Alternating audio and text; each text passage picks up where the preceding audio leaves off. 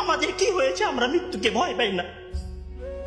আমাদের কি হয়েছে আমরা মনে করি না যে আমরা মারা যাব? পৃথিবীর সর্বশ্রেষ্ঠ মানুষ, সর্বশ্রেষ্ঠ রাসূল দুনিয়া থেকে বিদায় নিলেন, তার সাহাবীদেরকে ছেড়ে তিনি দুনিয়া থেকে চলে গেলেন, ওপারের জগতে পাড়ি জমালেন।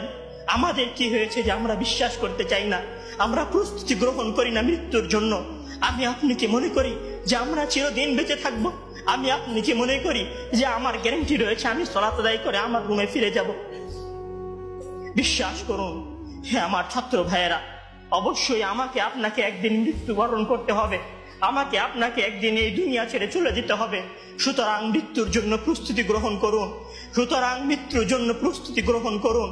সেই দিন আসার পূর্বে, যেই দিন মৃত্যু আপনার দরবারে উপস্থিত হবে এবং মহান আল্লাহ তাআলাকে আপনি বলবেন, হে আল্লাহ, আমাকে স্বল্প একটু সময় দিন, আমাকে স্বল্প একটু সময় দিন, আমি ফিরে যাই এবং কিছু নেক আমল করে আসি। কাল্লা ইন্নাহা কালিমাতুন হুয়া কাইলুহা। তখন মহান আল্লাহ তাআলা বলবেন, কোনো সুযোগ নেই, এটা তো তার মুখের কথা মাত্র, সে ফিরে গেলে আবারও আমল করবে না, সে ফিরে গেলে আবারও আমল করবে না।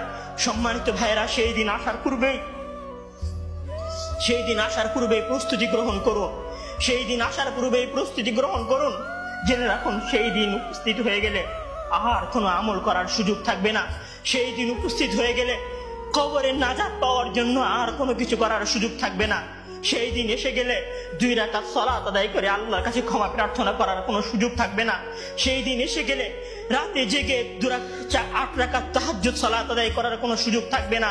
এখনো সময় আছে। মহান আল্লাহ তাআলার দরবারে নিজেকে সঁপে দিয়ে তার কাছে ক্ষমা প্রার্থনা করুন। মহান আল্লাহ তাআলার দরবারে নিজেকে সঁপে দিয়ে তার কাছে ক্ষমা প্রার্থনা করুন। মানুষের সাথে কোনো ভুল থাকলে সে ভুলের ক্ষমা চেয়ে নিন। মহান আল্লাহ তাআলার সীমা লঙ্ঘন করে থাকলে মহান আল্লাহ তাআলার কাছে ক্ষমা চেয়ে নিন। সেই দিন আসার পূর্বেই যদি সেই দিন এসে যায়, সেদিন আর কোনো লাভ হবে না, সেদিন বেঁচে থাকার আর কোনো সুযোগ হবে না, 1 সেকেন্ড সময় আপনাকে বেশি দেওয়া হবে না। সম্মানিত ছাত্র ভাইয়েরা, মৃত্যুর জন্য প্রস্তুত হন। মহান আল্লাহ তাআলা আমাদের সবাইকে মৃত্যুর জন্য প্রস্তুতি গ্রহণ করার তৌফিক দান করুন। আমিন।